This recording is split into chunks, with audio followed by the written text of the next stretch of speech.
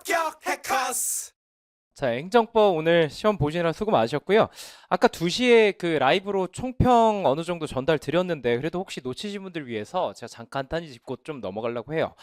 일단 난이도 관련해서는 뭐 무난하다고 저는 생각을 하는데 이제 아까 그 수험생분들 투표한 거 보니까 뭐 어려웠다 이렇게 투표하신 분들 계시는데 근데 이해는 돼요. 왜냐면은 방금 저 카페에 올라온 글 한번 제가 보니까 그런 얘기를 하더라고요. 자기가 이제 그 수험생분께서 4개년 기출을 거의 100% 숙제를 하고 들어갔다 했다니까 자기가 시험 문제 풀 때는 사실 아리까리한 것도 좀 있고 생각보다 시간이 좀 걸려서 어렵다 생각을 했는데 막상 점수를 보니까 뭐 하나 정도 틀리신 것 같더라고요.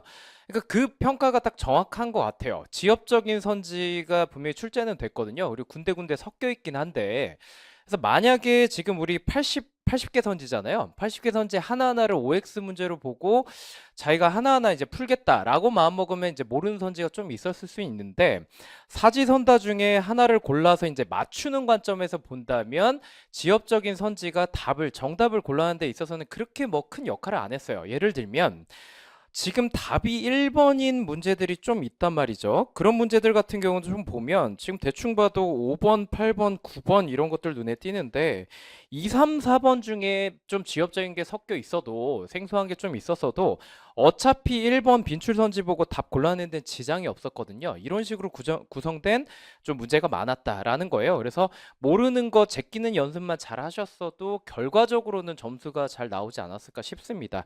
자, 그래서 총평하면 무난하게 좀 출제된 것 같다라는 거고요.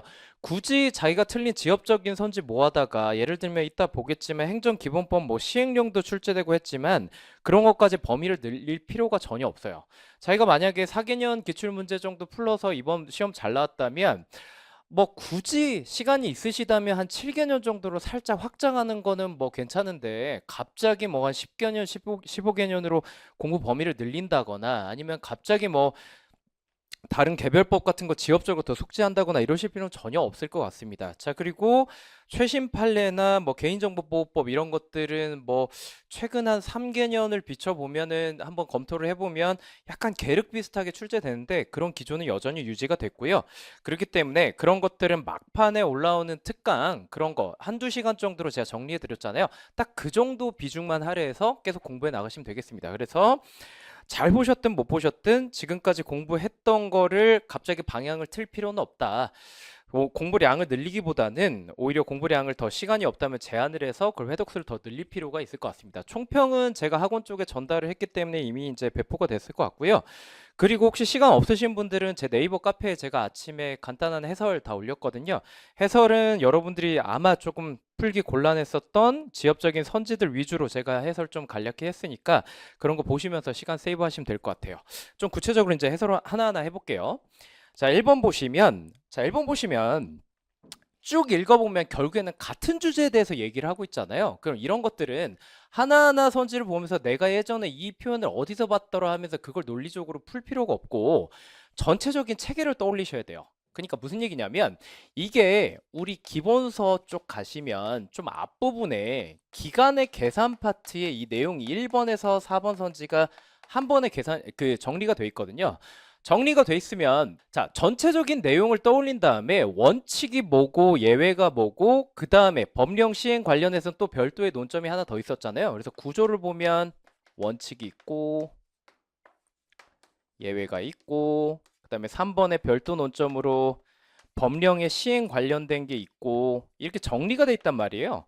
그럼 전체적인 체계를 떠올려서 과연 1번 선지가 여기 중에 뭐에 대응되는지 3번이 어디 대응되는지 이런 식으로 떠올린 다음에 풀면 그렇게 어렵진 않았어요. 근데 하나하나 보게 되면 지금 체계는 원칙이 있고 예외가 있고 별도 논점으로 법령의 시행 관련된 게 이렇게 딱 일목요연하게 있지만 이건 지금 순서가 다 지금 뒤죽박죽 돼 있잖아요. 그러다 보니까 그냥 읽어서는 정오 판단하기가 쉽지 않았을 거란 말이에요. 자, 일단 보시면 원칙적으로 어떤 행정 행위에 관해서는 기간 계산을 어떻게 하느냐? 민법을 적용하는데 기본적으로 민법 같은 경우는 민법을 적용하게 되면 기간이 늦게 끝나요. 늦게 끝나기 때문에 초일은 불산입입니다. 불산입이라서 늦게 시작이 되고 만약에 말일이 끝나는 날이 토요일이나 공휴일이라고 한다면 그 다음 날로 끝나요. 그래야 늦게 끝나니까. 근데 예외, 침익적이라고 한다면 침익적인 사항에 대해서 예를 들어 뭐 영업정지 기간을 정한다 이랬을 때는 이제 거꾸로 다 뒤집히겠죠. 왜냐하면 빨리 끝내야 되니까. 빨리 끝내야 되니까 초일은 산입을 하는 게 맞고, 말일도 토요일 공휴일 걸렸다 해서 그 다음날로 끝날 게 아니라 그 날로 그냥 끝나버립니다. 자, 그래서 정리하면 민법을 적용하면 무조건 늦게 끝나는 쪽으로 해석하시면 돼요. 초일 불산입이고 말일은 그 다음날이다. 토요일이나 공휴일 걸리면 그 다음날이고, 침익적이라고 한다면 예를 들어 영업정지 기간은 빨리 끝나면 끝날수록 좋으니까 초일은 산입하고 말일은 다음날로 넘긴 게 아니라 그날이다. 일단 이렇게 정리하면 두 개는 완벽하게 정리가 되겠죠. 자, 그 다음에 행정행위가 아니라 법령을 시행한다고 했을 때는 우리가 법령 공포법까지 해서 제가 한번 정리를 해드려 볼게요. 자, 그냥 원칙적인 그냥 법령이 시행일이 언제냐라고 물으신다면 공포일로부터 정확히 20일이 되는 날입니다. 그렇긴 한데 예외적으로 여기도 이제 침익적이라고 한다면, 침익적 사항을 규정하고 있는 어떤 법령이라고 한다면 조금 더 여유를 줘야겠죠. 갑자기 공포한 날로부터 3주도 안 되는 기간 뒤에 갑자기 시행한다 그러면은 사람들이 깜짝 놀랄 테니까 30일을 더 주는데 정확히 말하면 적어도 30일입니다. 그래서 30일, 적어도 30일 정도는 보장을 해주고, 혹은 40일, 50일 뒤에나 법령이 시행된다 이렇게 보셔야 돼요.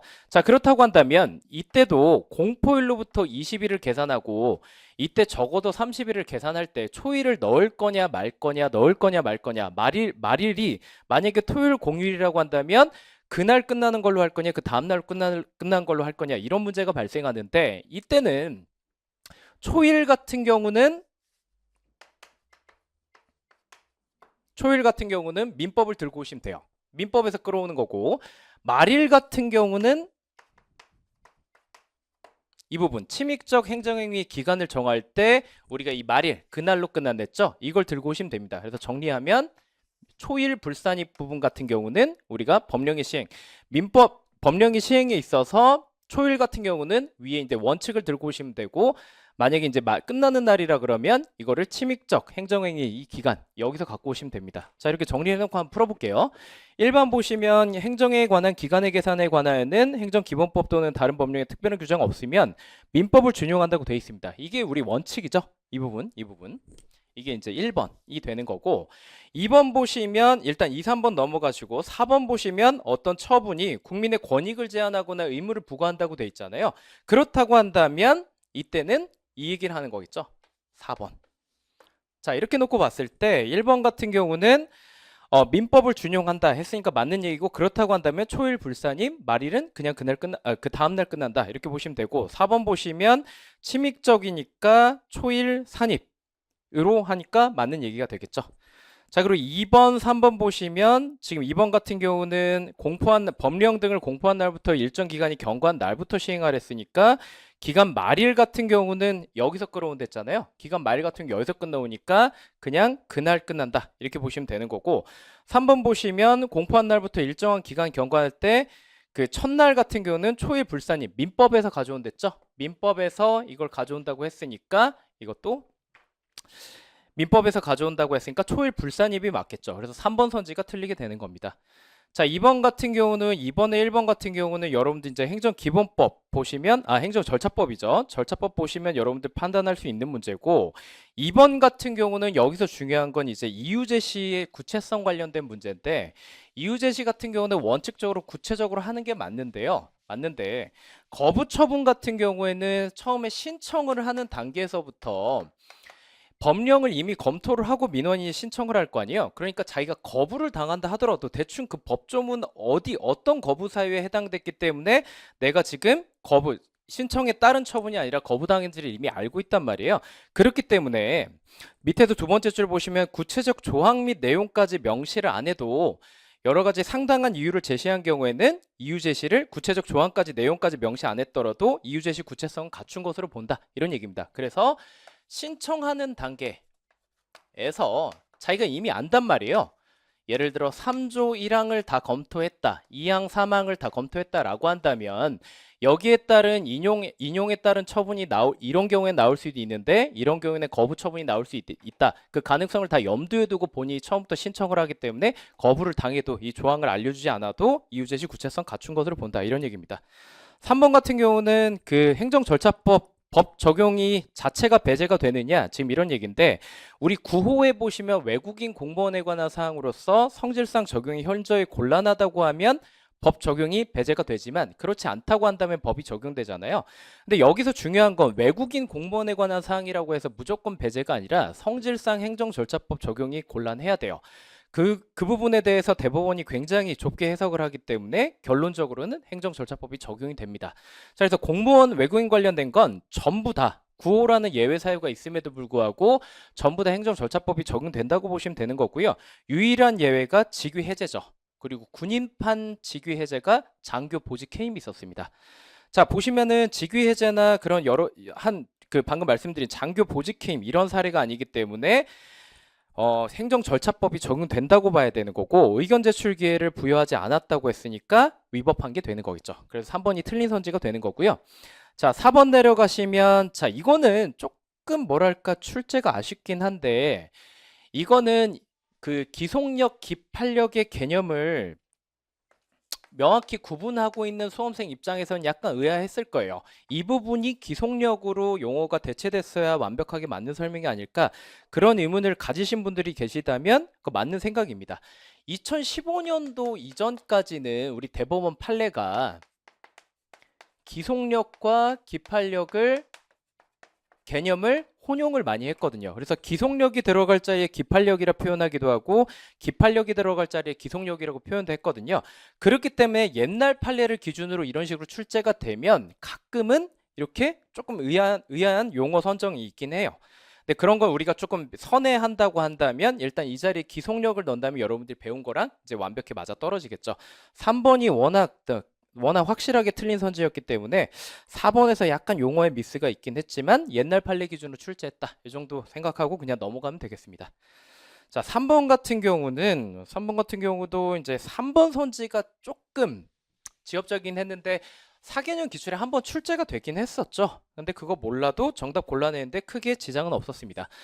3번에 1번 보시면 공무원의 직무행위 범위가 어디까지냐 사경제 작용은 일단 일찌감치 탈락을 하는 거고 공적 작용 안에 권력적 작용과 비권력적 작용이 모두 들어갑니다. 그래서 비권력적 작용까지는 들어가지만 어쨌든 공적인 작용에 국한되는 거고 사경제 주체로서 하는 작용은 포함되지 않는다라는 거고요. 2번 같은 경우는 자 직무행위 1번에서 우리 출제가 됐는데 일반론적인 관점에서 1번이 출제가 된 거고 구체적인 사례 관련해서는 2번이 출제됐다 생각하시면 돼요. 특이한 직무행위 같은 경우는 사법작용, 입법작용, 수사작용 이런 것들이 있는데 일단 사법작용 같은 경우는 제가 수업 시간에 제 식구 감싸기이기 때문에 웬만하면 사법부의 국가배상 책임을 인정하지 않는다 이렇게 설명드렸었죠. 그래서 일반 법원의 재판에 대해서 불만이 있으면 심급제도를 활용해서 그냥 항소하고 상고하면 되는 건데 대법원과 라이벌 관계에 있는 헌재의 잘못만큼은 대법원이 좀 예리하게 지적을 하고 있죠. 그래서 청구기한 오인에서 각하 결정을 한 경우에는 일단 국가배상 책임이 성립을 하는 거고 자 그리고 이 부분에 있어서 불복 절차 내지 시정 절차가 없는 때에는 국가배상 책임을 인정한다고 하는데 여기서 말하는 불복 절차와 시정 절차는 이제 그 상소제도죠. 1심 지면 항소를 하고 2심으로 항소를 하고 2심 지면 3심으로 상고를 하잖아요. 이제 그 절차가 헌재 재판에는 단심제라서 보장이 안 돼 있기 때문에 국가배상 책임이 성립한다. 이렇게 보면 되는 거고 그리고 여기서 조금 더 심화해서 출제가 된다고 한다면 헌재가 이렇게 항변을 했었죠. 본안에서 어차피 기각될 사안이었다. 그렇기 때문에 상당히 인과관계가 없다. 주장은 해봤지만 어쨌든 졌지만 잘 싸운 거랑 아예 본안까지 졌지만 잘 싸운 거랑 본안도 못 올라가 본 거랑은 다르기 때문에 각하 결정을 당한 게 여전히 국가배상 책임을 구성한다. 이렇게 판단이 된 사안입니다. 자, 그리고 3번 같은 경우 일단 넘어가시고 4번 외국인이 우리나라 공무원 위법행위 피해자라고 한다면 우리나라 정부가 그 외국인에 대해서 국가배상 책임을 부담하겠느냐의 문제인데요. 실제 사례에서는 이제 일본인이 우리나라 정부를 상대로 국가배상 책임 청구한 사안이었죠. 이때는 상호 보증이 있어야 됩니다. 우리나라 사람이 일본에서 똑같이 손해를 입었을 때 일본 정부가 배상을 해줄 거냐, 너네가 해주면 우리도 해준다, 이런 얘기고요. 그게 이제 상호보증이란 건데, 이 상호보증이란다면 크게 세 가지로 분류가 되겠죠. 아예 조약이 체결돼서 너네가 해주면 우리도 해준다, 이러면 당연히 해주는 거고, 사례가 있다, 일본 정부가 우리 국민한테 국가배상 책임 부담한 케이스가 있다고 한다면 이것도 당연히 우리나라도 당연히 일본 사람들한테 대해서 국가배상 책임 부담하는 거고요. 세 번째, 사실은 조약이 체결돼 있지 않고 사례가 있지 않더라도 일본에 우리나라 사람 놀러 갔을 때 일본 정부가 국가배상 책임을 해주려는 기대 가능성만 있어도 어쨌든 우리도 국가배상 책임을 해줄 수 있다라고 하면서 우리 판례가 이 3번을 강조를 하고 있죠. 조약이 체결되어 있지 않거나 실제 배상 사례가 없더라도 일본 정부가 우리나라 국민한테 그렇게 해주려는 기대가 있다고 한다면 우리도 해줄 수 있다라는 겁니다. 어쨌든 이 세 개 중에 하나라도 충족이 돼야 되고 적어도 이 부분은 충족이 돼야 상호보증이 있는 것으로 간주가 되기 때문에 상호보증이 있어야 되는 건 맞습니다. 자, 그렇다는 거고 3번 같은 경우는 해설 제가 이제 카페 공지를 올려놨는데 해설 보시면 좀 허무할 거예요. 군인연금법에서 그냥 그렇게 정하고 있습니다. 다른 이 법, 그러니까 군인연금법 외에 다른 법이 뭔가 보상을 해주기로 돼 있으면 우리 군인연금법에 따른 배상은 안 해주겠다, 그냥 이렇게 못 받고 있기 때문에 그냥 그런 갭이다 하시면 돼요. 그래서 그런 의미에서 굉장히 좀 지엽적인 판례다, 이렇게 보시면 되는 거죠. 아무튼 4개년 기출로 출제는 됐는데 이거 몰라도 2번 선에서 그냥 정답 골라낼 수 있어서 3번까지 꼭 내려올 필요는 없었다는 거죠. 그래서 그런 의미에서 3번이 지엽적일 수는 있는데 정답 골라내는 데는 크게 지장은 없었습니다. 자, 4번 내려갈게요. 4번 넘어가시면 1번, 결국 요약하자면 이제 결국 뭐 1, 2, 3, 4번 전부 다 어떤 정보가 법령상 비공개 대상에 해당되느냐, 이걸 묻고 있어요. 1번 같은 경우는 학교폭력 대책 자치위원회 회의록이란 건데 그냥 상식적으로 생각을 해봐도 굉장히 민감한 얘기가 들어가 있겠죠. 누가 누구를 때렸고 누구 학부모가 출석해서 무슨 말을 했고 이런 게 담긴 내용이기 때문에 비공개로 본다, 뭐 이런 거 이것뿐입니다. 논리적으로 뭐 더 파헤칠 건 없는 것 같고요. 2번 같은 경우는 뭐 사본이나 복제물 교부를 달라고 했다. 예를 들면 뭐 이런 얘기가 나오는데 이건 무슨 얘기냐면 우리가 정보 공개를 청구를 한다고 한다면 공개 방법이 크게 세 가지가 있을 수 있잖아요. 공개 방법이 첫 번째 열람, 그냥 와서 눈에 발라가라는 거죠. 2번 교부입니다. 하드카피 복사해서 한 분씩 주겠다, 이런 얘기고요. 3번 같은 경우는 이제 정보통신망인데 파일로 주겠다는 얘기죠. 이 중에 아마 민원 입장에서는 가장 선호하는 게 3번, 2번, 1번 순일 겁니다. 왜냐? 열람으로 가면 뒤돌아서는 순간 까먹게 되고 교부로 가게 되면 이게 어쨌든 복사한 하드카피이기 때문에 내가 카톡이나 이메일로 이렇게 빨리빨리 복제하거나 다른데 공유하기가 어렵잖아요. 그럼 보통 민원인이 3번, 2번, 1번 순으로 선호를 할 텐데 그럼 정보를 공개하는 행정청 입장에서 얘가 3번으로 청구했는데 2번이나 1번으로 줄 수 있겠느냐? 그걸 선택할 수 있는 재량을 인정하고 있지가 않죠. 그래서 2번 선지를 다른 말로 표현하면 원고에게 신청권이 있다라고 표현을 합니다. 정보 공개 방법을 딱 지정해서 달라고 할 신청권이 있다는 거고, 신청권이 있다는 건 이렇게 신청을 했는데 3번으로 달라고 신청을 했는데 2번으로 줬다, 이러면 거부 처분의 처분성을 인정한다는 거죠. 정확히 말하면 일부 거부 처분으로 봅니다. 라는 거고, 3번 같은 경우는 수능시험 원데이터 통계자료 달라는 건데요. 이미 치러진 수능시험이기도 하고 문제나 뭐 채점표 그 자체가 아니라 어쨌든 통계자료 달라는 거니까 공개 대상으로 봤습니다. 이거하고 비교해서 정리를 해놔야 될 게 치과 의사들이 이제 국가시험 국시 본다고 하잖아요. 치과의사 국시 같은 건 비공개 대상으로 봤던 게 이게 문제은행식이었거든요. 그래서 하나하나 다 공개하기 시작하면 앞으로 출제될 문제들이 다 예상 가능해져 버리기 때문에 이거랑 비교해서 정리를 좀 해놓으시면 좋을 것 같습니다. 그리고 4번 같은 경우는 너무 당연한 얘기라서요. 어쨌든 공개하는 입장에서 개인의 사생활의 비밀과 뭐 공익을 잘 저울질해서 판단을 해야 된다. 뭐 이런 얘기입니다. 자, 넘어가시고요. 5번 가시면 직권 취소와 철회의 얘기인데 1번 같은 경우는 조금 이제 허무하게도 1번이 바로 정답이었는데 이제 굳이 이제 기출 분석을 좀 하시자면 직권 취소는 소재기 전이나 중이나 후나 아무 때나 가능한데 비교해둬야 될 거는 하자 치유입니다. 똑같이 행정청이 자기가 직권으로 뭔가 자기의 과오를 바로잡는 과정이긴 한데 하자치유 같은 경우는 시간적 한계가 있기 때문에 행정심판이나 행정소송 제기 전까지 이루어져야 돼요. 근데 직권취소는 그러한 제한이 없다. 이렇게 비교 정리해 주시면 될 것 같습니다. 그리고 2번 같은 경우는 철회의 이제 개념적인 얘기인데요. 철회할 수 있는 사유는 여러분들 기본서 돌아가 보시면 총 4개가 있습니다. 3개는 법에 규정되어 있는 거고 철회권 유보까지 해서 총 4개가 인정이 되는 거고요. 그 중에 하나가 제시가 된 거고 아무튼 원칙적으로 장래효가 인정된다라는 건데 4번이랑 비교를 하셔야 돼요. 자, 우리 행정기본법 가면 18조 19조를 가시면 뭐라고 되어 있느냐. 철회는 2번 선지 원칙적으로 장래효가 있다고 규정을 하고요. 4번 같은 경우 취소 같은 경우는 원칙적으로 소급효가 있다고 규정을 해요. 그런데 취소 같은 경우는 예외적으로 장래효가 인정될 수 있다고 행정기본법 18조 1항에서 규정을 하고 있거든요. 그렇다고 한다면 왠지 철회도 예외적으로 소급효가 인정될 것 같지만 그렇지가 않아요. 그래서 행정기본법상으로는 철회의 예외적 소급효를 인정할 수가 없다 해서 관련 판례가 영유아 보육법상 평가 인증을 취소하는 처분이 지금 법적 성격이 어떻게 되느냐, 그런 판례가 하나 관련 판례가 있었는데 일단 실질은 후발적 사유를 이유로 효력을 소멸시키는 거니까 철회로 평가가 되었고, 그리고 철회다 보니까 행정기본법만으로는 예외적 소급효 인정이 안 되죠. 그래서 다른 별도의 법적 근거가 있어야 된다. 이렇게 판시한 사례가 있으니까요. 그것까지 한번 같이 보시면 될 것 같습니다.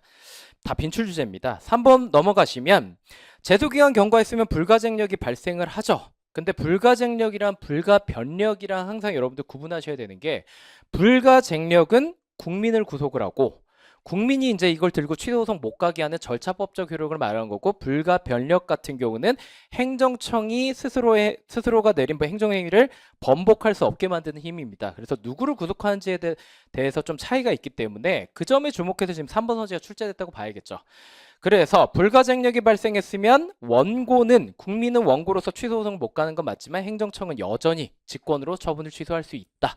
불가쟁력에 구애받지 않는다라는 겁니다. 넘어갈게요. 자, 6번에 보시면 6번에 1번인데요. 1번 같은 경우에 과징금의 그냥 개념이죠. 그래서 행정상 제재이기도 하고 부당이득 환수적 요소도 있다. 예를 들면 불법 행위로 인해서 한 1,000억 정도 불법 이득을 얻었다라고 했을 때 깜빵만 3년 보내면 1년 연봉이 300억이 넘잖아요. 몸으로 때우는 경우가 있단 말이에요. 그렇기 때문에 불법 이득을 환수하는 개념적인 정의가 여전히 통용이 된다라는 거고, 국가 형벌권 행사로서 처벌에는 당연히 해당이 되지 않겠죠. 그래서 여기서 그냥 그치면 안 되는 거고, 어떤 똑같은 사안에 대해서 제재로서 과징금을 부과하면서 동시에 형사처벌도 가했다. 예를 들면 벌금형에 처했다라고 했을 때 이중처벌 금지 원칙 내지는 일사부재리 원칙이 위배되느냐? 그렇지 않다는 게 결론입니다. 왜냐? 이중처벌이란 건 과징금도 형사처벌이고, 만약에 거기에 대해서 똑같은 사안에서 벌금을 때렸으면 이중처벌이겠지만 과징금은 처벌이 아니니까. 자, 2번 같은 경우는 너무나 치사한 문제죠. 행정기본법 시행령 얘기인데요. 시행령까지 어떻게 봅니까? 행정기본법 보는 것도 버거운데. 그래서 이런 게 있나 보다 생각하시면 돼요. 2번 같은 경우는 속어법에 의해서 2번 골라내라는 취지였죠. 그래서 해설 제가 카페에 올린 거 보시면 납부기 한 10일 전까지 뭐 이렇게 한다는 얘기입니다. 예, 이거 틀렸다고 자책할 필요 전혀 없고요.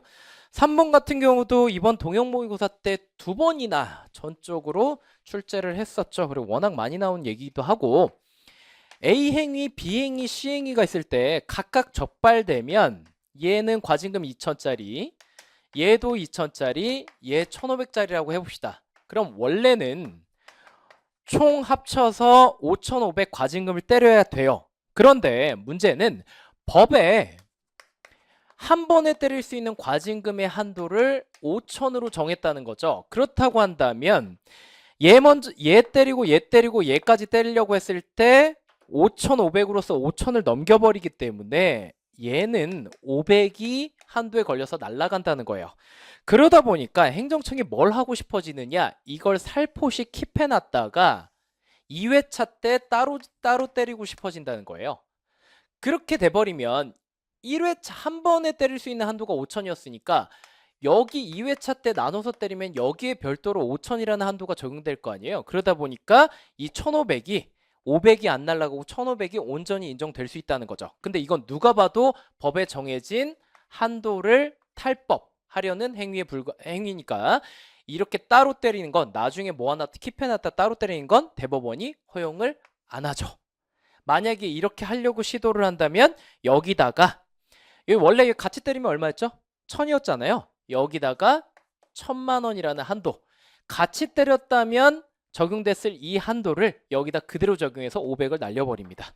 자, 그래서 전부에 대해 일괄하여 최고 한도 내에서 하나의 과징금 부과 처분하는 게 원칙이고, 나머지에 대해서 차후에 별도 부과 처분을 하면 안 된다라는 겁니다. 4번 가시면 뭐 상한액을 비롯해서 뭐 여러 가지 명확하게 규정해야겠죠. 제재 처분이다 보니까 뭐 이런 얘기입니다. 넘어가시죠. 자, 7번인데요. 7번 같은 경우는 사례 문제처럼 보이지만 제가 항상 말씀드리잖아요. 사례 문제는 사례를 읽지 않는다. 제가 위에 다 안 보여드리는 이유도 있어요. 안 읽고 그냥 푸는 거예요. 사례 문제는. 그렇게 해서 대부분 선지가 원래 풀려야 정상인 거고요. 만약에 4개 선지 중에 2개 이하만 풀린다. 그럼 어떻게 해야 된다? 그냥 손 떼고 도망가면 되는 거예요. 찐 사례 문제로 나오면 시험 현장에서 오늘 들어가 봐서 아시잖아요. 영어 국어 털리고 나서 어렵게 나왔다면서요. 영어 털리고 나서 행정법 왔는데 찐 사례형을 그 시험 현장에서 순발력 있게 푼다? 그거 어려운 일입니다. 그러니까 일단 그냥 넘어가시면 돼요. 자, 근데 다행히도 이건 찐 사례는 아니었죠. 자, 봅시다. 그냥 한번 위에 거 안 보고 풀어볼게요. 기억번. 토지 인도 명령에 대해서 대집행할 수 있겠냐? 안 되죠. 니은번. 철거 의무 이행 안 하면 대집행을 해야겠죠? 대집행을 실행할 수 있대요. 그러면 민사소송? 안 되죠. 당연히. 디귿번. 인도 의무 이행을 안 한대요. 그럼 대집행? 안 되잖아요. 그럼 뭘 해야 됩니까? 민사상 조치를 해야겠죠. 이건 공식처럼 그냥 땅땅 나와야 되는 거예요. 이 지문을 갖다가 한 줄 한 줄 다 영어나 국어처럼 추론하는 식으로 독해하고 있으면 틀리는 거예요.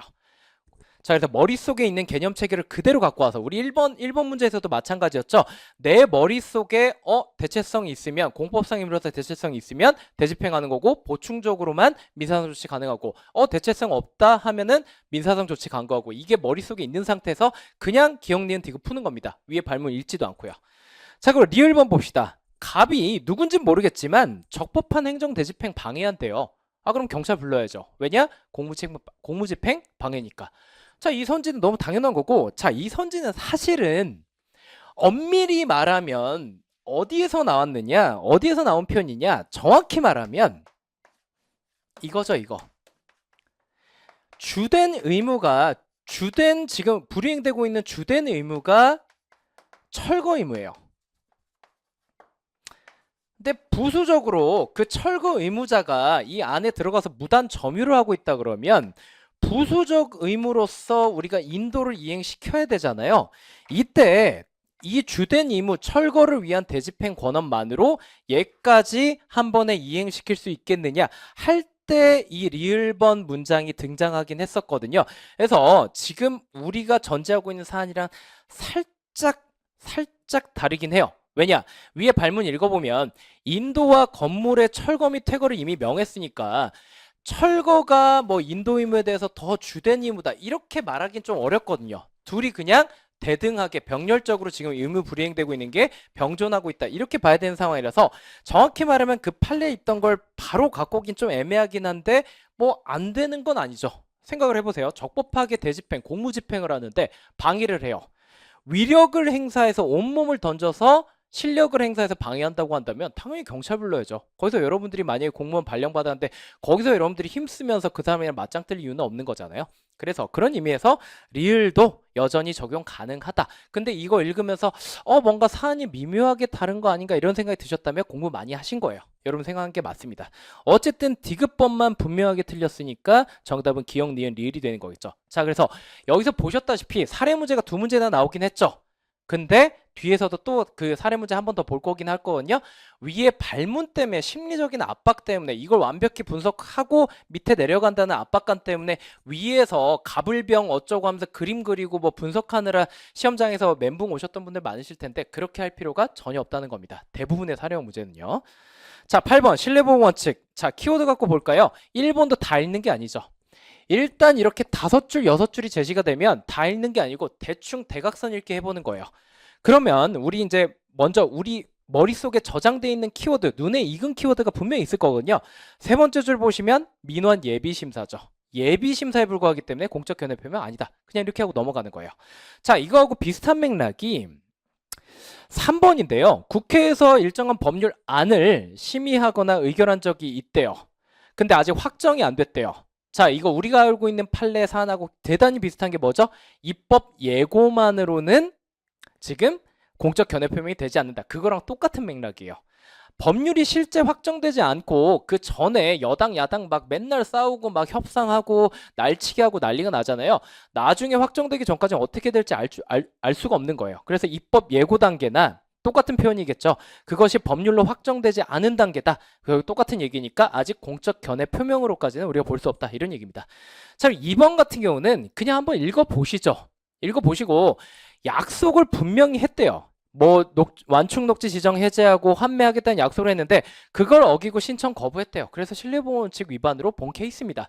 대단히 중요한 판례 아니고요. 이것 때문에 답 못 골라낼 것도 아니잖아요. 그렇기 때문에 그냥 이번 기회를 통해서 아 그렇구나 이런 사안이라면 신뢰보호 원칙 위반으로 봤구나 이렇게 정리하시면 되는 거고요.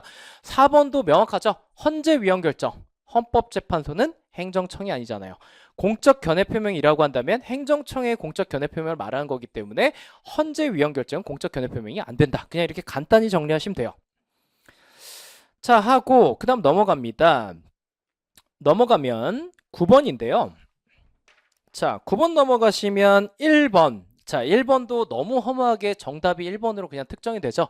2, 3, 4번 사실 읽을 필요도 없죠. 1번 보시면 과징금 아무런 언급이 없을 때는 재량형입니다. 다만 부동산 실권리자 명의 등기에 관한 법률에 따른 명의신탁자에 대한 과징금 부과라고 한다면 예외적으로 기속행위가 되지만 그런 언급이 없으니까 재량형인 거고 일부 취소 판결이 안 되죠. 왜냐? 사법부가 행정부의 재량권을 침해할 수 없으니까. 자, 그럼 비교해야 될 건 뭡니까? 일단 과징금의 예외적인 과징금은 기속행위니까 일부 취소 판결이 가능할 수도 있다. 그리고 그것보다도 더 중요한 거는 법원이 지금 여기선 주어가 법원이잖아요. 그러니까 일부 취소 판결로 봐서 일부 취소 판결 안 된다 이렇게 보시면 되는데 일부 취소 재결이나 직권 일부 취소라고 나왔다면 결론이 달라지겠죠. 왜냐? 행정부 재량을 침해한다. 이건 성립을 안 한 거잖아요. 권력분리 원칙 위반 소지가 없기 때문에 그렇기 때문에 여러분들 비교 선지로 알아두셔야 되는 거고 2번 보시면 자 2번 보시면 결국엔 처분성이 있느냐 없느냐를 묻고 있는데요. 자 이것도 한번 정리를 해드릴게요. 이것도 읽으면서 건축물 대장 뭐 용도 변경 하나하나 외워서 푸는 게 아니고요. 그냥 간단하게 미리 정리를 하고 있었어야 돼요. 자 부동산 관련 행정청이 보존하고 작성하는 부동산 관련 장부는요. 크게 두 가지로 나뉩니다. 등기부와 그 외. 등기부에는 뭐가 적혀 있는 게 중요한 거냐? 소유자 명의 적혀 있는 게 중요합니다. 그 외에는요. 그 외 사항 적혀 있는 게 중요해요. 그냥 이렇게 이분법적으로 정리하고 있다가 그냥 판례가 나오면 하나하나 외워서 푸는 게 아니라 그냥 분류하고 끝내면 되는 거예요. 자, 등기부에는 소유자 명의가 적혀 있는 게 중요하댔죠. 그럼 다른 거에 대해서 이거 고쳐달라 저거 고쳐달라 신청했다 거부당하면 그 처분성 인정할 필요가 없겠죠. 그럼 얘는요. 그 외 등기부 외에 어떤 막 이상한 장부들이 있어요. 부동산 관련된 것들이. 여기 보시면 건축물 대장 뭐 그 외에 또 출제되는 것들은 지적 공부, 토지 대장 이런 게 있겠죠. 거기에는 소유자 명의는 적혀 있는 게 별로 안 중요하다고요. 그 나머지 사항에 대해서 나머지 사항 관련해서 우리가 중요하게 관심을 두고 있기 때문에 나머지 사항에 관련해서 신청을 했다가 거부당하면 그거는 처분성이 또 있는 거예요. 자, 그래서 대입을 해보면 건축물 대장이죠. 그렇다고 한다면 뭡니까? 등기부 아니죠? 그 외죠? 그리고 여기서 뭐 해달라고 해요? 용도 변경을 신청했다잖아요. 그러니까 그 외사항이죠. 그 외사항을 신청했다 거부당했으니까 처분성 있다. 이렇게 결론 내는 거죠. 그래서 시험장 들어와서 이 네 줄, 다섯 줄 그냥 다 읽고 있으면 안 되는 거예요. 그냥 쓱 읽고 부동산 관련 장부 케이스네. 등기부와 그 외, 소유자 명의와 그 외사항 해놓고 그냥 여기 밀어넣고 정업한다 하고 끝. 자, 3번 같은 경우는 이거 4개년 기출 때 한 번 나왔던 건데 이거는 여러분들 제가 해설 올려놓은 거 보시면 아시겠지만 공사 낙찰 적격 심사 세부 기준이라는 게 뭔지 모르겠지만 아무튼 잡다하니까 대충 행정규칙 느낌은 나죠. 형식이 행정규칙이라는 겁니다. 자, 그러면 상위법령 위임이 제대로 들어가 있으면 법령 보충적 규칙이 되는 거고 대외적 구성력이 있는 거고 아니면 그냥 행정규칙, 대외적 구성력 없는 행정규칙에 불과한 거예요. 자, 그런데 판례 읽어보면 뭐라고 돼 있느냐? 정확히 말하면 상위 법령 뭐뭐뭐에 근거하고 있다고는 해요. 근거하고 있으나 라고 하는데 라고 하면서도 뭐 세부사항을 규정한 거에 불과하니까 행정규칙에 불과하다 뭐 이런 식으로 결론 내거든요. 물론 대법원 판례를 아무리 뜯어봐도 그래서 제대로 위임을 했다는 건지 안 했다는 건지 알 수는 없지만 일단 근거하고 있다고 했으니까 위임은 있는 걸로 봐야 되는데요. 근데 위임이 있어도 우리 수업 시간에 법률 유보 원칙 할 때 배웠잖아요. 포괄 위임 금지 원칙을 원칙적으로 적용해서 구체성, 명확성이 있는 위임이 뒷받침돼야 되거든요.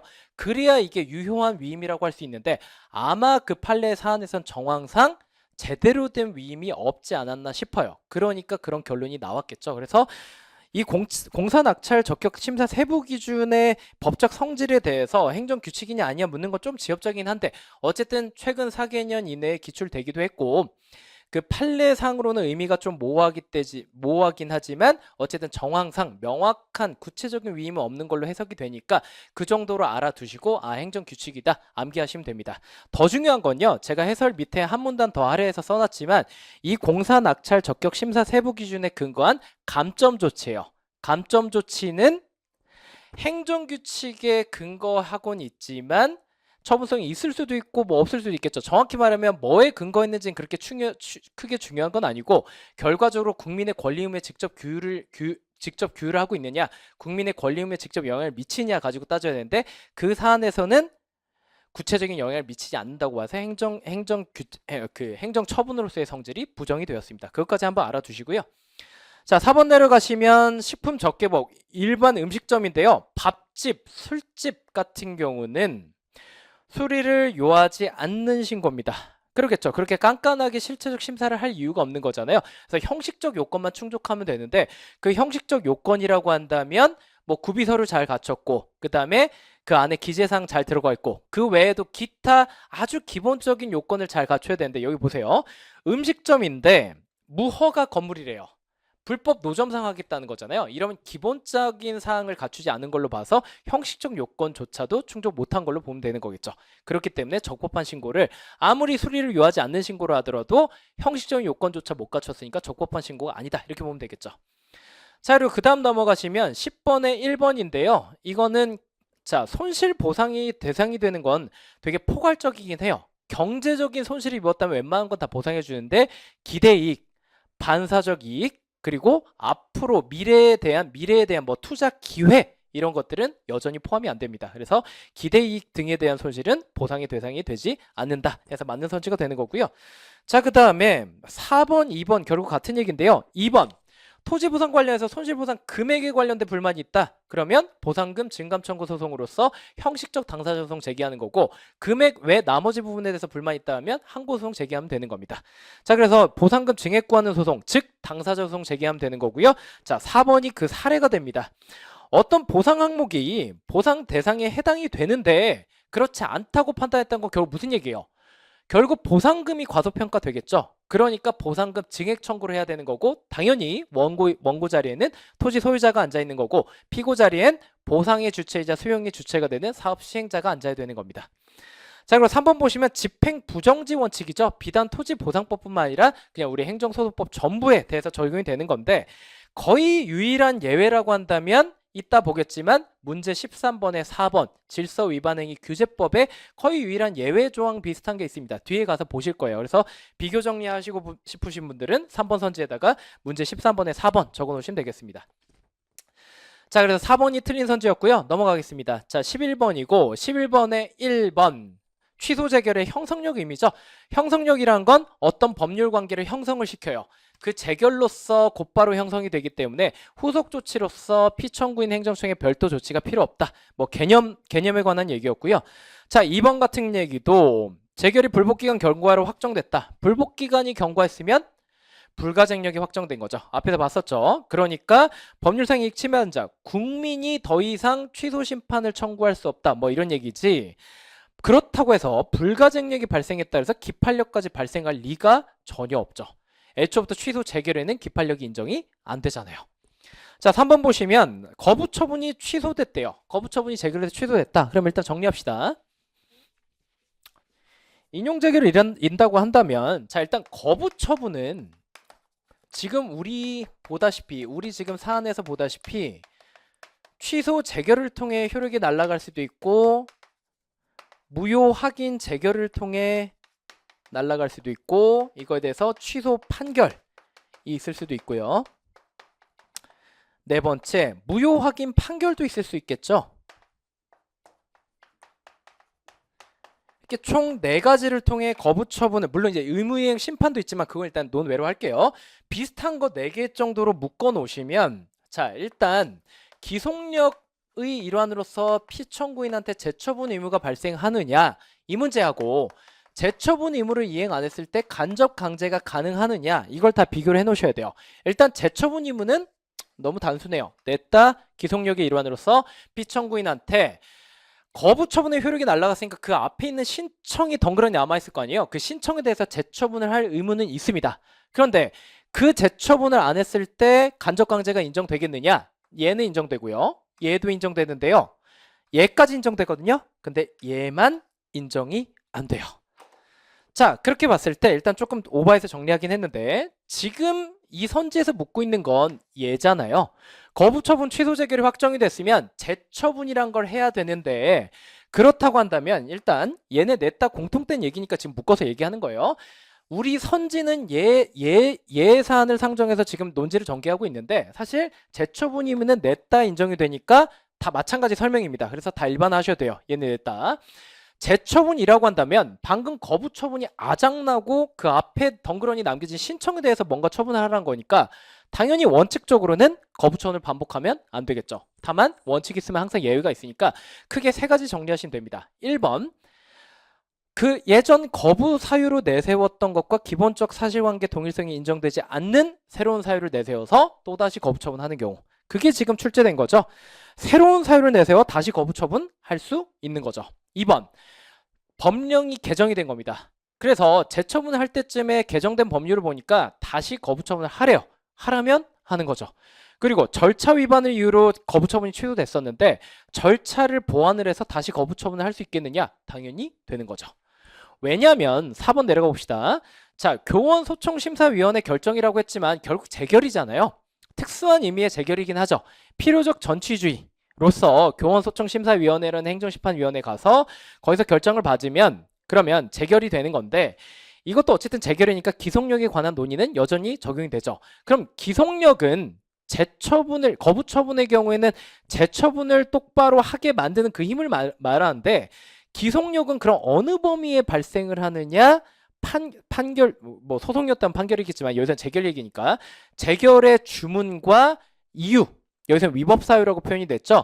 주문과 이유 모두에 발생을 해요. 결국 무슨 얘기냐면 재결을 처음부터 끝까지 토시 하나 안 빼고 그냥 다 읽어라. 주문뿐만 아니라 이유까지 다 읽어보고 거기서 설시했던 취지를 거스르면 안 된다는 거예요. 그래서 3번 같은 경우는 분명히 거부 처분을 아작을 내면서 왜 이게 아작나야 되는지 그 사유에 대해서 그 사유가 왜 위법한지에 대해서 설치를 했을 거 아니에요. 그러면 반대로 생각해보면 그것만 살짝 피해가면 거부 처분 다시 할 수 있다는 얘기잖아요. A라는 사유 때문에 거부 처분이 안 된다고 했으니까 A 사유를 비껴가서 전혀 다른 B 사유를 가지고 또다시 거부 처분하면 A 사유의 위법성에 대해선 재결이 뭔가 혼쭐을 내고 있을지언정 B 사유에 대해서는 별 말이 없는 거니까 그거는 재결의 취지에 위반되는 게 아니겠죠. 절차를 보완하는 경우도 마찬가지고 법령이 개정된 경우에도 다 마찬가지 논리입니다. 자, 넘어갈게요. 자, 12번인데요. 기억번. 자, 웬만하면 정보공개법은 공개하라는 주의죠. 그래서 부분 공개도 허용이 됩니다. 그래서 그 의의에 대해서 지금 기억번 설명하고 있는 거니까 한번 읽어보시죠. 자, 그리고 니은번 보시면 너무 당연한 거죠. 국가배상법인데 방금 음주 후 불어가지고 적발된 주치운전자인데 차를 빼야 그 다음 차량 단속을 할 거 아니에요. 근데 경찰관이 하기 귀찮으니까 방금 걸린 이놈한테 차량 열쇠 주면서 차 빼라고 했대요.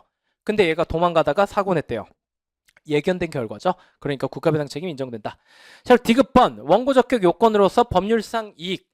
디귿번, 리을번 묶어서 보셔야 되는데 디귿번 일반론이죠. 계직구 이익이어야 됩니다. 내가 왜 다른 사람도 아니고 왜 내가 원고 자리에 앉아 있어야 되는지 지금 판사님한테 설명을 해드린 자리니까 당연히 법률상 이익이면서 개별적, 직접적, 구체적 이익이 있다는 걸 설명을 드려야 되는 거지 간접적, 사실적, 경제적 이해관계 백날 법정에서 떠들어봤자 판사님이 인정을 안 하겠죠. 자, 리을번. 리을번 같은 경우는 자, 키워드는 세 번째 줄이죠. 내 과목, 지금 불합격 어떤 교과서 채택해달라고 검정 신청했다가 불합격 처분 받았대요. 그럼 내가 불합격 처분받은 내 과목에 대해서 법률 원고 적격 디귿번 계직구 이익을 주장하는 거 오케이. 내가 거부당했으니까. 근데 전혀 관계없는 영어 과목 선생이 수학 과목 불합격 처분에 대해서 지금 다투고자 한다. 그럼 당연히 개별적, 직접적, 구체적 이익으로 인정받기가 어렵겠죠. 그래서 리을번이 디귿번의 사례다. 이 정도로 정리하시면 됩니다. 자, 라는 거고 13번 넘어가시면 1번 되게 허무하죠. 1번 굉장히 비추 주제입니다. 강론에 살짝 거쳐 있긴 한데 중요한 건 일단 어떤 행위자가 자 1번, 2번이 이제 연관성이 있는 건데요.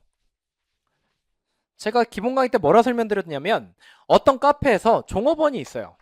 종업원이 있는데 커피에다가 커피를 서빙하면서 거기다가 손님 몰래 침을 뱉다가 딱 걸린 거예요. 자, 그렇다고 한다면 손님 입장에선 종업원만 붙들고 멱살 잡는 게 아니죠. 사장 나오라고 하잖아요.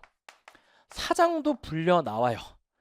그래서 사장도 혼의 날 위기에 처하는 건 맞지만 그렇다고 해서 손님이 무작정 사장님 귀싸대기로 올릴 수 있느냐? 그렇진 않다는 거죠. 왜냐? 사장님이 잘못은 뭐예요?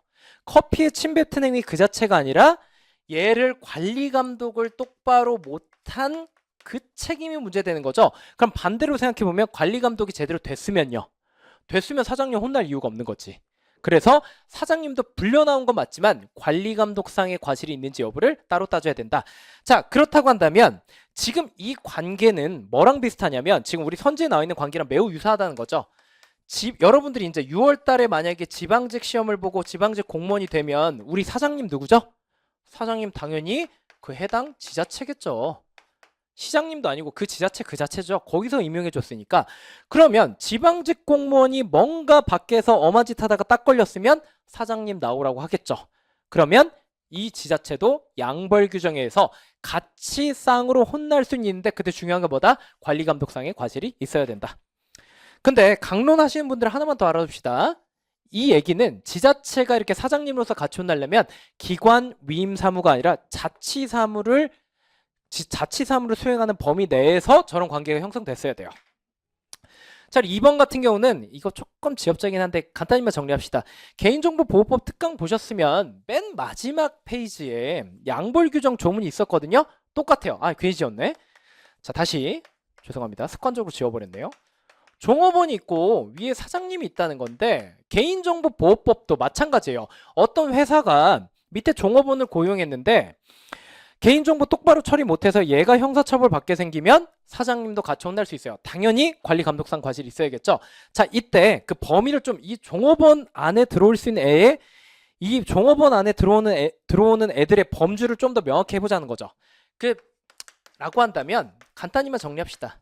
일단 이 종업원은 개인정보 처리자에 국한되지 않아요. 꼭 개인정보 처리자가 아니라 하더라도 이 종업원의 범주에 포함될 수 있어요. 있다는 거고, 자, 이 사장님 같은 경우 이 범주를 또 명확히 할 필요가 있는데 그에 관해서 출제된 게 2번이죠. 2번 같은 경우는 자, 사장님 같은 경우는 개인일 수도 있고 법인일 수도 있잖아요. 개인이 사업자 등록해서 개인 사업하는 경우도 있고 아니면 회사를 차려서 밑에 고용할 수도 있잖아요. 둘 중에 하나가 있을 수 있는데 지금 출제된 건 이 법인의 범위가 어디까지인가 라는 거예요. 만약에 법인격이 없는 단체라고 한다면 여기에 포함이 안 된다는 게 이 선지의 요지입니다. 왜냐? 지금 형사처벌을 하느냐 마느냐의 문제잖아요. 여기선 분명히 그 법 규정에서 종업원이 지위에 있는 자가 개인정보 처리자에 국한된다고 표현한 적이 없어요. 그러니까 여기까지 다른 개인정보 처리자가 아닌 사람으로 확장될 수 있는 건데 사장님의 경우에는 분명히 개인이나 법인으로 못 받고 있거든요. 그렇기 때문에 형사처벌에 관한 문제는 죄형 법정주의 때문에 굉장히 법조문 문헌에 엄격하게 국한돼서 해석이 되잖아요. 그러니까 여기 규정되지 않은 법인격 없는 단체는 이 법인의 범주에 포함이 될 수가 없다. 이런 얘기죠. 자, 그래서 법인격 없는 공공기관이라고 한다면 여기에 들어갈 수가 없잖아요. 그러니까 양벌 규정 적용되지 않는다. 이런 얘기죠. 자, 그리고 3, 4번은 질서 위반행위 규제법의 좀 특이한 규정들입니다. 자, 우리 보통은 행정법 시간에 배운 것들은 일반법이에요. 그렇기 때문에 다른 개별법에 특별한 규정이 있으면 일반법은 적용이 안 돼요. 근데 질서 위반행위 규제법은 과태료에 관한 다른 법이 개별법이 있고 근데 그 규정이 질서 위반행위 규제법이랑 저촉이 되면 뭐가 우선이 된다고 보느냐? 거꾸로예요. 질서 위반행위 규제법이 우선된다고 봅니다. 자, 그럼 4번 내려가시면 과태료 재판에서 이 사람 과태료 5만 원 때리겠습니다. 딱 결정하면 당사자나 아니면 행정청이 아니에요. 검사, 행정청을 대변하는 검사가 서로 불복할 수 있는데 즉시 항고란 걸 할 수 있다. 그리고 이 즉시 항고에는 원래 우리 행정법 아까 10번에서 봤었죠. 행정법 세계에서는 이의신청을 하든 행정심판을 하든 행정소송을 하든 집행 부정지가 원칙인데 여기선 집행정지의 효력이 있대요. 굉장히 좀 지엽적이죠. 자, 뒤에 걸 이렇게 지엽적으로 깔아놓은 이유는 뭐겠어요? 1번 선지에서 쇼부를 보라는 출제자의 의도죠. 그렇기 때문에 3번, 4번 선지까지 완벽히 풀려고 마음먹으면 어려운 문제 맞는데 1번에서 이미 쇼부가 나기 때문에 결국 정답률에는 크게 지장을 안 줬을 거다라고 추측해 볼 수 있겠네요. 자, 13번 올라가면 14번입니다. 자, 14번. 이거 2년 전에도 처분의 근거 법률에 대한 위헌 결정 문제가 전적으로 사례 문제 해가지고 어렵게 나왔었거든요. 자, 그거 2년 뒤에 이제 뭐 그 쟁점 가지고 또 낸 건데, 자, 아까 제가 사례형 어떻게 분댔죠? 엄청 특별한 제가 풀이법을 제가 알려드리던가요? 아니죠. 이렇게 발문 주어지면 가리라고요. 보통 시험장 가면 여러분 어떻게 해요? 이거 풀려고 이거 뭐 A가 뭐 값이 어쨌고 뭐 1번 적고 2번 적고 다 정리한 다음에 완벽하게 분석해서 밑에 내려가려 하잖아요. 근데 그럴 필요가 없어요. 열의 9은 진짜 사례가 아니에요. 그래서 정확히 말하면 공무원 시험은 응용 문제가 없고요. 응용 문제가 있는 게 아니고요. 변형 문제가 있는 거예요. 판례 표현을 기역, 니은, 디귿 밑에 있는 선지들 있죠. 살짝 변형해서 출제할 뿐이에요. 위에 있는 거 가지고 응용하라고 문제 잘 안 나와요. 그렇게 나오면 어떻게 된다? 손 떼고 도망가면 된다. 다 틀린 문제니까. 다른 거랑 배점의 차이가 전혀 없잖아요. 그러니까 이거 고집할 필요가 없다는 거예요. 자, 그럼 위에 거 쌩까고 밑에 내려가 볼게요.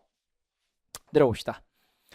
자, 기역번과 자, 결론적으로 말씀드리면 기역번, 니은번 그 문구가 되게 그럴싸하죠. 되게 고상한 표현으로 돼 있잖아요. 왜 그러냐면 이거 대법원 판례의 반대 의견, 즉 소수 의견이었거든요. 소수 의견은 대법원 판례 입장이 아니에요. 근데 다만 소수 그 대법관님들이 일리 있는 말씀을 하시면 일단 을에 적어는 놔요. 그 정도 이미. 자, 그래서 표현이 그럴싸했던 거지. 별로 일단은 결론적으로 틀렸죠. 자, 표현 때문에 읽다가 아리송하셨던 분들은 이 표현에 집착할 게 아니라 일단 내 머릿속에 전체적인 체계가 어떻게 들어있는지를 먼저 확인을 하셔야 돼요. 아까 1번 문제에서부터 제가 강조를 했잖아요. 선지는 기본서에 있는 내용을 그냥 다 뒤죽박죽 섞어서 던져놓잖아요. 그걸 그대로 따라가면 내 사고도 뒤죽박죽 섞여요. 그렇기 때문에 내 머리에 잡혀있는 체계부터 점검하는 거예요. 자, 이 처분의 근거 법령에 대한 위헌 결정, 이 문제는 왁구가 정해져 있어요.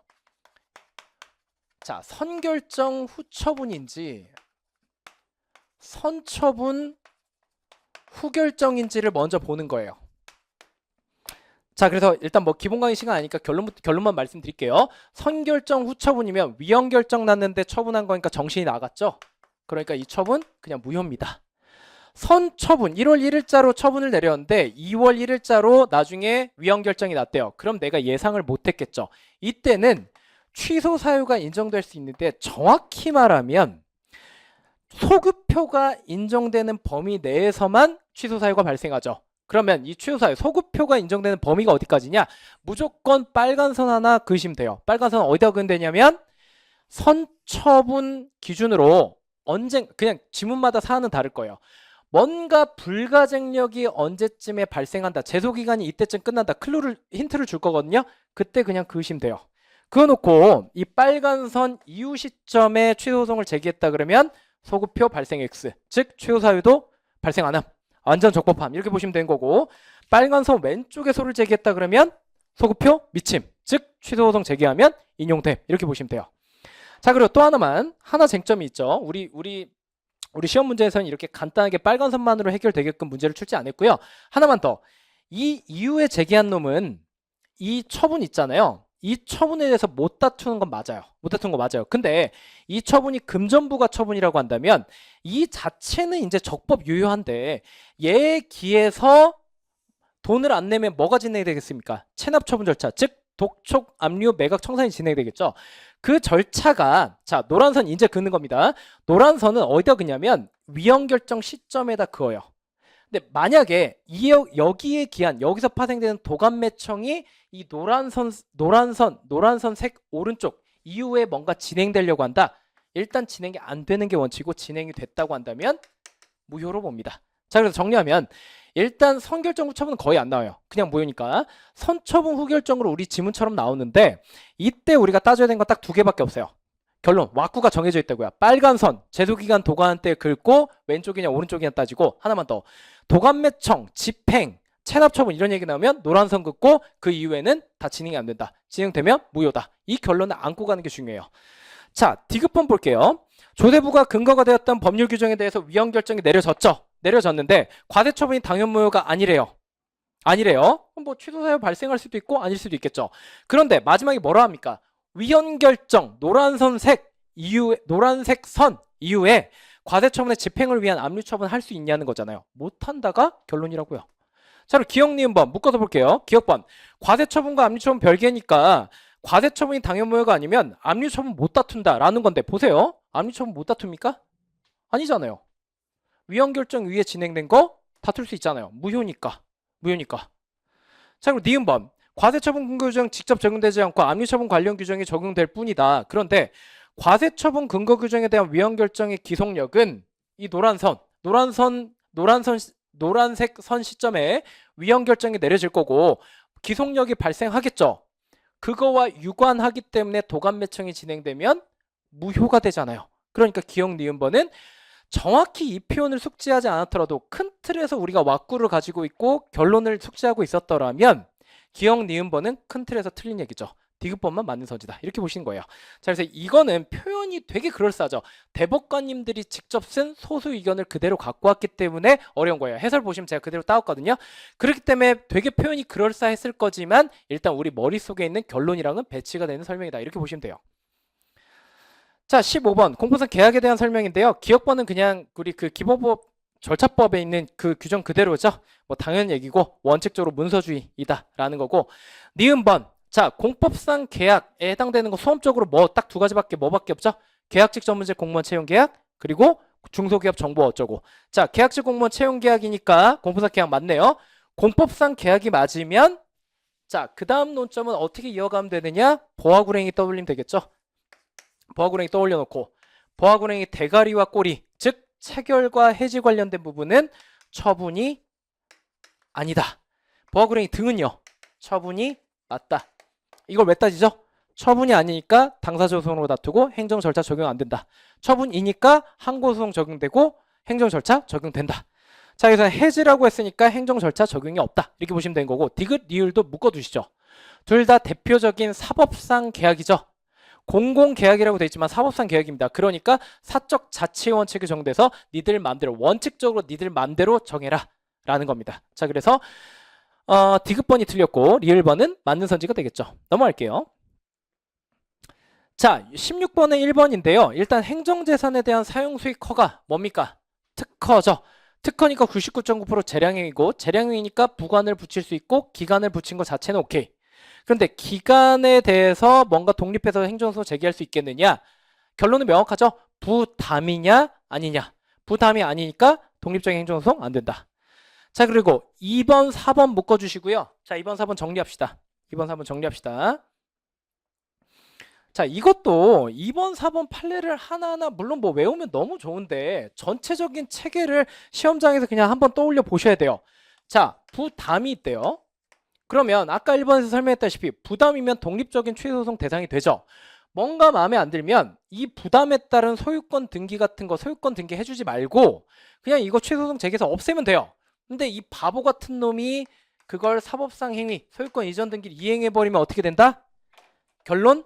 넘사벽이 그어진다. 넘사벽이 그어지면 어떻게 돼요? 부담이 무효라고 해서 얘가 무효가 되는 거 아니다.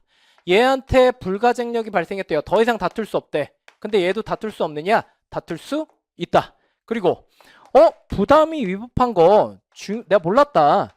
중요 부분에 착오가 있었네요. 그걸 이유로 이걸 취소할 수 있겠느냐? 안 된다. 왜냐? 넘사벽이 그어지니까. 다만 거의 유일한 개구멍이 뭐랬죠? 앞에 이 부담이 동기 내지 연유로 작용하였음을 이유로 취소할 수 있다라고 곁다리로 얘기를 하고 있긴 한데 민법까지 배우고 나면 사실은 안 해주겠다는 얘기지만 어쨌든 판례는 취소할 수 있다고 했으니까 개구멍으로서 살짝 이 넘사벽을 넘나들 수 있다. 이 정도 정리하시면 되겠죠. 자, 그래서 2번 보시면 당연무효 중요 부분 착오가 있음을 이유로 취소할 수 있냐 했으니까 없다가 맞죠. 4번 부관이 무효인데요. 어쩌라고요? 영향이 없다. 그러니까 틀린 얘기. 자, 3번 같은 경우는 이건 이제 해설 한번 보시면은 이제 그 처분성이 부정된다라는 건데 무슨 얘기냐면 일단 이게 납부 고지 지금 그 부담상의 의무 이행을 요구하는 의사표시라고만 나와 있지만 조금 불친절해요. 고지 내지는 통지였거든요. 일단 원칙적으로 처분성 없습니다. 그리고 사안 들여다보시면 아시겠지만 자, 당의 행정청이 아닌 다른 행정청이 했다고 하니까 권한이 없는 다른 행정청이 이 처분성, 원래부터도 처분성이 없는 이 고지 통지를 해버린 거예요. 그러니까 더더욱 처분성을 인정할 수 없다는 게 결론이었죠. 근데 이거 사실 몰랐어도 답 골라내는 데는 지장이 없다. 그러니까 지금 보시면 아시다시피 지엽적인 게 숨어 있어도 어차피 다른 빈출 선지 가지고 충분히 정답 골라내는 데는 지장이 없단 말이에요. 그래서 내가 체감하는 시험장에서 느꼈던 그 체감했던 어려움의 난이도에 비해서 생각보다 정답률은 좀 높았을 거예요. 자, 17번 넘어가시면 1번 뭐 당연 얘기 아닙니까? 행정계획 위반 결정할 때 광범위한 재량이 있겠죠.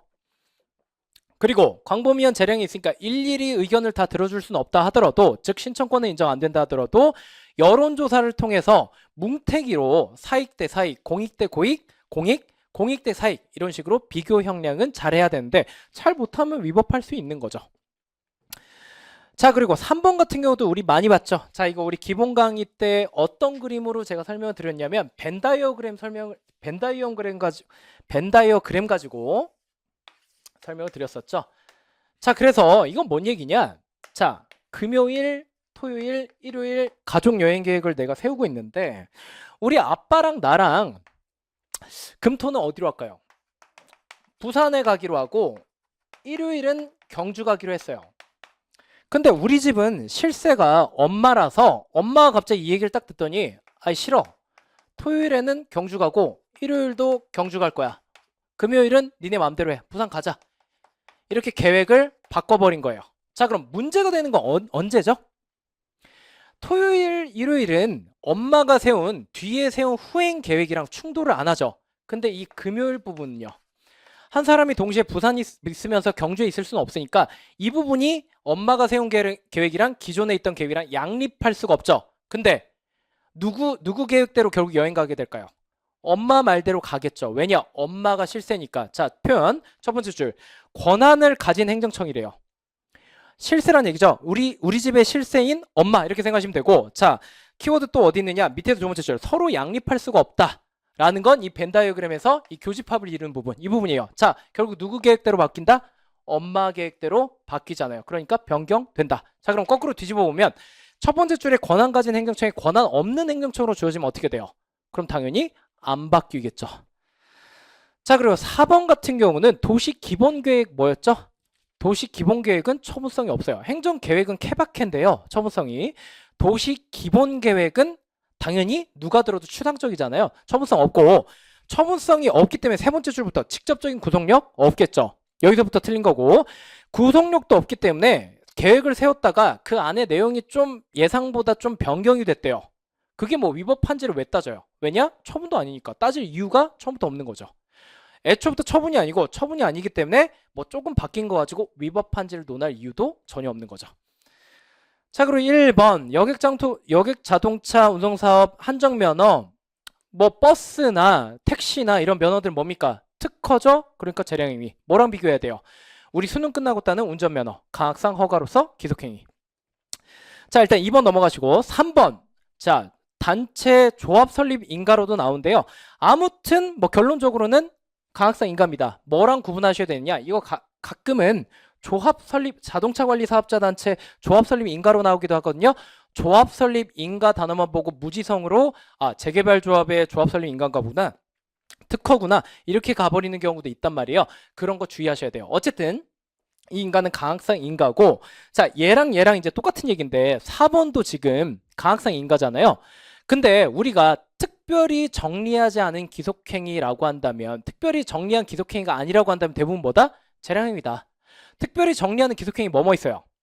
조세개발부담금, 변상금 부과, 예외적인 과징금, 강학상 허가, 그 다음에 국토계획법상 뭐 그 이행강제금, 그 다음에 공무원에 대한 복직명령. 그리고 하나 추가할 법한 게 우리 이제 그 하나 나와 있었죠?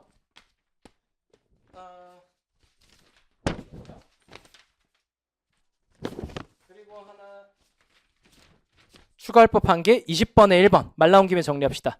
마지막 부분이죠. 20번에 1번 보시면 여러분들 시험지 있으신 분들은 한번 넘어가 보시죠. 보조금을 잘못 받았으면 환수를 당연히 해야겠죠. 이 환수하는 명령도, 환수하고자 하는 명령도 기속행위다. 한 가지 정리해 주시면 그 외 나머지 것들은 전부 다 재량이다. 이렇게 보시면 돼요.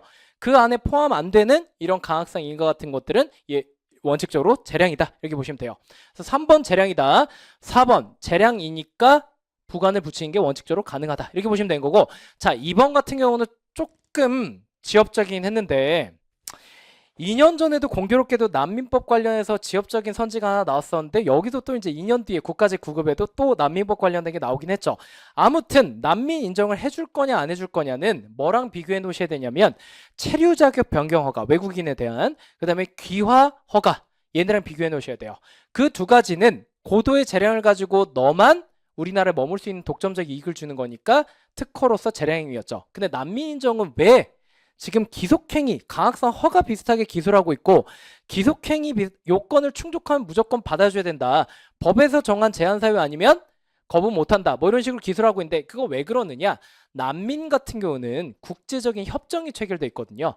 그러니까 이 사람들의 그 인권을, 전쟁 뭐 난민들 이런 사람, 피난민들 인권을 보호하고자 하는 취지에서 웬만하면 보호하자는 취지로 우리나라가 조약, 협정을 체결해 놨기 때문에, 그렇기 때문에 우리나라 재량 가지고 깐깐하게 구지 말라라는 거예요. 그래서 해설 보시면 무슨 협정, 그리고 무슨 법에 따르면 어쨌든 이렇게 좀 재량이 없는 걸로 해석이 된다. 이렇게 판시하고 있으니까요. 이거 하나 추가적으로 알아오시면 될 것 같아요. 자, 넘어갑니다. 자, 19번 가시면 19번에 1번 같은 경우 조문 한번 읽어보시죠. 해설에 한번 실어놨으니까요. 이런 것들은 그냥 나왔구나, 이런 게 기출문제 보면서 그냥 이런 게 있구나 정도로 얻어가시면 되는 거고요. 자, 19번에 2번 같은 경우 말이 되게 어렵죠. 자, 근데 해설 웬만하면 빨리 끝내고 들고 싶은데 어려운 개념이 나오면 설명 안 할 수가 없어서, 자, 구체적 규범 통제다 라는 얘기가 나오면 무조건 사과나무와 사과를 떠올리시면 돼요. 자, 이 사과나무는 뭐냐? 법규명령입니다. 그럼 법규명령의 근거에서 뭐가 주렁주렁 열리죠? 이거에 근거해서 처분을 하죠. 자, 그럼 이 중에 처분성이 인정되는 거 뭐죠? 소송의 대상이 되는 거. 얘는 원칙적으로 안 되죠. 물론 이제 처분적 법규명령은 예외지만 얘는 원칙적으로 되죠. 그렇다고 한다면 이 사과나무가 썩었대요. 썩은 사과나무에선 썩은 사과가 열리겠죠. 썩은 처분에 대해서 내가 문제 삼고 싶으면 얘를 대상으로 하는 게 아니라 얘를 대상으로 하는 겁니다. 그래서 법정 안에 들고 가서 판사님 법의 심판 때 판사님 책상 위에 올려놓을 수 있는 건 얘밖에 없는 거예요. 소송의 대상은 얘밖에 안 된다. 자, 근데 원고의 주장 뭐죠? 1번 사과나무가 썩었습니다. 2번 그래서 사과도 썩었습니다. 원고가 지금 이 주장을 하고 있다고 가정해 봅시다. 라고 한다면 판사님은 어떻게 판단해야 돼요? 물론 소송의 대상은 아니지만 일단 나가서 얘를 판단을 하고, 아, 얘가 썩었으니까 그러니까 얘도 썩었구나. 2번 얘도 판단해야겠죠. 그래서 궁극적으로는 얘를 취소시킬 것인가 말 것인가, 위법성이 있냐 없냐를 판단하는 거지만 그 논리적 전제로서 법규 명령의 위법성, 위헌성도 심사를 해야 되는 거예요. 자, 그걸 뭐라고 표현하느냐? 선결 문제가 된다. 원래 전제라는 표현이 더 많이 나오는데 선결 문제라고 표현이 된 겁니다. 아무튼 지금 상황을 명확히 인식을 하고 계셔야 돼요. 그래서 행정위법의 위법성을 주장한다. 무슨 얘기죠? 이 사과나무가 썩었다는 걸 주장한다는 건데 사과나무 자체를 소송의 대상으로 삼다는 얘기는 결코 아닙니다. 해서 당해 사건에 대한 적용 여부 판단을 구할 수 있다라는 건데, 자 보세요. 이 소송이 끝나고 나면 얘는 아작이 나겠죠. 취소가 되니까 형성력 때문에. 근데 얘는요, 소송의 대상이 아니었으니까 분명히 판결문 안에서는 사과나무 썩었다고 낙인이 찍혀 있겠지만 얘는 여전히 앞마당에 건재하게 남아있는 거예요. 그러니까 별도의 폐지 행위가 있어야 이 법규 명령은 사라지게 되는 거고, 그게 있어야 얘는 앞으로 적용이 안 되는 거예요. 그러니까 반대로 뒤집어 얘기하면 얘가 아무리 무효라고 낙인이 찍혀도 이 사건에 한정해서만 적용이 안 되는 거지, 그 추후에 있을 다른 사건에 대해서는 여전히 낙인 찍힌 채로 밖에 남아있게 된 별도의 폐지행위 있기 전까지는 적용이 될 수 있는 거예요. 그래서 당해 사건에 대한 적용 여부 판단을 구한다는 말이 여기 들어가 있는 거예요. 별거 아닌 것처럼 보이지만 하나하나 키워드가 함축하고 있는 그 뜻이, 내용이 굉장히 많아요. 자, 그리고 마지막으로 구체적 규범 통제죠. 이 규범이라는 건 지금 법규 명령, 이 사과나무 얘기한 거거든요. 이 사과나무를 구체적으로만 통제한대요. 그럼 뒤집어 보면 추상적 규범 통제라는 말이 있겠죠. 자, 추상적 규범 통제 이런 겁니다. 사과나무가 썩어서 악취가 난다. 그러니까 판사님한테 가서 일러 바치는 거예요. 이거 어떻게 해주세요 라는 건데, 판사님 안 그래도 바쁘시겠죠. 그럼 판사님 뭐라고 할까요? 실제로 여기서 썩은 열매가 맺혀서 주렁주렁 열려서 누가 먹고 탈이 나면 그 사과를 갖고 와서, 즉 처분 취소 소송을 하면 내가 봐준다. 근데 이 처분으로 인해 누구 하나 지금 권리 의무에 영향이 없는 상태에서 얘의 문제점만을 추상적으로, 아직 구체적인 사건 발생 안 했죠, 그것만 문제 삼는 소송은 우리가 허용하지 않겠다. 그러니까 구체적으로만 규범을 통제하겠다. 지금 이렇게 키워드가 주어진 거예요. 그래서 별거 아닌 것처럼 보이겠지만 굉장히 굉장히 어려운 표현들이 지금 군데군데 내포되어 있는 선지였다. 그리고 3번 같은 경우는 맨날 보는 거죠. 자, 이 사과나무 왜 썩었다고 판단이 됐을까요? 상위 법령의 위임을 똑바로 안 받았겠죠. 그러면 원칙적으로 무효가 되는 겁니다. 이 사과나무처럼 썩는 거예요. 근데 예외가 2개가 있죠. 원래는 처음에는 상위 법령의 위임 규정이 없었다가 나중에 상위 법령에 그게 생긴 거예요. 나중에 생기면 그때부터 당연히 유효한 법규 명령으로 전환이 되는데, 전환된 건 당연한 거고 언제부터 전환되느냐가 중요한 겁니다. 그때부터 전환되는 거지 처음부터 전환되는 게 아니에요. 즉 소급표가 없다라는 겁니다. 그리고 4번 법률의 시행령은 위임받은 사항이나 위임을 받았으면, 잘 보게 지워드릴게요. 위임 받았으면 위임 명령이 되겠죠. 그리고 위임을 안 받고도 규정한 범위에서 현실로 집행하는 데 필요한 세부적인 사항을 규정하는 건 뭐겠어요? 집행명령이겠죠. 그래서 위임명령이든 집행명령이든 지금 공통적인 얘기를 뒤에서 하고자 하는 거예요. 자, 위임명령 같은 경우는 위임이 있으면 새로운 내용을 규정할 수 있겠죠. 근데 여기서 뭐래요? 위임이 없다고 지금 가정하고 있죠. 그러니까 새로운 사항 규정할 수 없는 거고, 집행명령은요, 애초부터 위임을 전제로 하고 있지 않죠. 그러니까 위임도 없는 너는 원래부터 새로운 내용을 규정할 수 없다. 이렇게 된 거죠. 정리하면 위임명령은 위임을 받았다면 새로운 내용 규정할 수 있어요. 집행명령은 애초부터 위임을 전제로 하고 있지도 않으니까 걔는 새로운 내용 그냥 원래부터 규정 못하는 거예요. 자, 마지막 문제 봅시다. 1번 보시면, 자, 이거 몇 안 되는 예외적 기속행위니까 하나 추가해서 여러분들 외워놓읍시다. 보조금 잘못 나갔으면 당연히 환수를 해야 되니까 이건 기속행위다. 뭐 이런 얘기고요. 자, 2번 보시면 재량권 일탈남용인데 이것도 좀 정리해 드립시다. 자, 증명책임, 입증책임이 나오면 물론 집행정지처럼 뭐 적정요건, 속정요건 나눠가지고 별도로 입증책임을 논하고 있으면 거기에 따르면 되는 거고, 그게 없다고 한다면 일단 1번 소송요건상의 입증책임이 어떻게 되느냐, 주장 책임은 그 누구에게도 없어요. 왜냐? 법원의 직권 조사 사항이니까. 자, 소송 요건이란 거 뭐죠? 우리 민증 검사하는 거죠. 담배 사는 걸로 치면 담배를 사고 팔기 전에 기본적인 민증 검사를 일단 거쳐야 담배를 사고 팔 수 있는 거잖아요.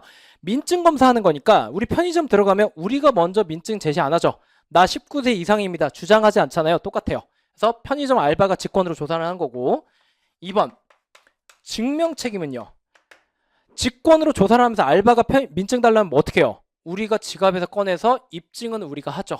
그러니까 원고, 담배 살려는 놈 누구예요? 법정 들어와서 소송하려는 놈 원고니까 증명 책임은 여전히 원고한테 있다. 자, 근데 2번 본안 심리 단계로 이제 넘어갔다 칩시다. 크게 두 가지 소송이 있죠. 무효 확인 소송이 있고 취소 소송이 있는데요. 무효 확인 소송은 그냥 원고 몰빵입니다. 중대성, 명백성 전부 다 원고가 입증해야 되기 때문에 애초부터 무효 사유가 있는 처분이 현실에 존재하는 경우도 거의 없을 뿐더러 입증 책임도 본인이 몰빵이기 때문에 이기기가 굉장히 어렵다. 그럼 우리의 신락 같은 희망은 최소송에 걸어야 되는데 최소송 같은 경우는 뭐 여러 가지 얘기를 할 수 있지만 결국 결론적으로 정리하자면 처분의 적법성은 피고, 재량권 일탈 남용은 원고가 입증합니다. 자, 그런데 2번 선지를 보면 소송 요건 얘기인지 본안 심리 중에 무효 확인 소송 얘기인지 취소소송 얘기인지가 안 주어져 있죠. 아무런 언급이 없으면 뭐다? 어딨어? 아무런 언급이 없으면 취소소송에 본안 심리의 증명 책임을 묻는구나 라고 전제해서 푸시면 됩니다. 그래서 재량권 일탈 남용에 대해서는 다투는 사람, 즉 원고가 입증해야 된다. 그래서 3번 같은 경우는 자, 보험료 납부이면 부존재 확인이라는 건데 이거 설마 당사자 소송에 들어가는 진짜 별의별 소송 다 있거든요. 이걸 다 외우고 계신 분은 없겠죠. 자, 이렇게 그냥 구분하는 겁니다. 우리 행정소송이라면 주관소송과 객관소송은 아닌데요. 객관은 뭐 의의만 아시면 되는 거고 강론하신 분들만 조금 사례를 알아야 될 뿐, 주관소송이라고 한다면 우리가 맨날 보는 항고소송이랑 당사자가 있죠. 자, 근데 항고소송은 유형이 정해져 있잖아요. 취무부잖아요. 취소, 무효, 부작위 위법 확인 소송. 그럼 얘네의 대상은 정해져 있어요. 얘네는 뭡니까? 취소랑 무효는 처분이고 처분을 뭐 취소해달라, 처분의 효력을 뭐 어떻게 해달라고 얘는 말 그대로 부작위를 대상으로 하는 거죠. 자, 근데 만약에 그 대상이 처분이나 부작위가 아니면요. 그럼 전부 다 당사자로 몰아넣으면 되는 거예요. 그래서 얘 하나하나 암기할 필요가 없다는 거죠. 3번 의무가 부존재함을 확인해 달래요. 이거 처분의 효력을 어떻게 해달라는 겁니까? 아니죠. 부작위를 어떻게 해달라는 거 아니죠. 의무가 부존재한지 확인해 달라는 거니까 처분의 부작위가 있는지, 그게 처분의 부작위를 위법함을 확인해 달라는 이 부작위 위법 확인 소송이랑 다르잖아요. 그래서 타이틀만 보고 잡스럽네, 아 당사자 소송, 그냥 이렇게 밀어넣는 연습만 몇 번 하시면 돼요. 자, 그럼 4번 마지막이죠. 우선 협상 대상자 선정과 배제 두 가지 행위가 이 판례에서 문제됐거든요. 둘 다 처분성이 있습니다. 왜냐? 우선 협상 대상자란 건 여러 명이 경쟁 입찰에 들어왔는데 제일 1순위 대기표 1번을 너 들어와 해서 너랑 우선적으로 협상을 하겠다. 이 선정하는 게 우협 선정이고, 너 1번이었는데 너 내보내고 2번을 드릴게 라고 하는 게 배제예요. 둘 다 권리 의무에 영향이 있겠죠. 왜냐? 1번으로 선정됐으면 웬만큼 뻗대지 않는 이상 웬만하면 얘랑 계약을 하게 되거든요. 그러니까 선정과 배제 둘 다 처분성이 있다. 그래서 옛날 기출도 아니죠. 최근 기출 중에 선정하는 건 처분성이 있지만 뭐 배제하는 건 처분성이 없다. 뭐 이런 식으로 한번 비출된 적이 있었습니다. 자, 여기까지가 이제 해설이고요. 혹시 제가 빠뜨린 거 있나요? 혹시 빠뜨린 거 있다면 제가 그 카페 공지에다가 그 네이버 그 김대현 행정법 혹시 검색해서 가끔 안 나온다는 분들도 계셔서 네이버 카페고요. 해커스 HJB 해커스 행정법이란 얘기예요. 뒤에다 이거 붙이고 들어오시면 제가 공지에다가 그 간단하게 해설 올려놨거든요. 그래서 해설 읽고도 혹시 의문이 안 풀리면 그 댓글로 얼마든지 질문 주세요. 뭐 등업 뭐 이런 거 따로 없으니까 올려주시면 제가 성심성의껏 답변 드리도록 하겠습니다. 오늘 시험 보느라 수고 정말 많으셨고요. 아무튼 아무쪼록 기대 뭐 잘 보신 분들은 잘 본 대로 우리 면접 준비 잘 하시면 될 것 같고, 혹시 기대에 못 미쳤더라도 행정법은 특성상 시험장 들어가기 전까지만 밑빠진 독에 물 붓기 잘 하시면 돼요. 그렇기 때문에 남은 2달 동안 지방직 잘 준비하셔서 얼마든지 역전할 수 있다는 거 유념하시고 앞으로 페이스 유지하셨으면 좋겠습니다. 오늘 여기까지 할게요. 감사합니다.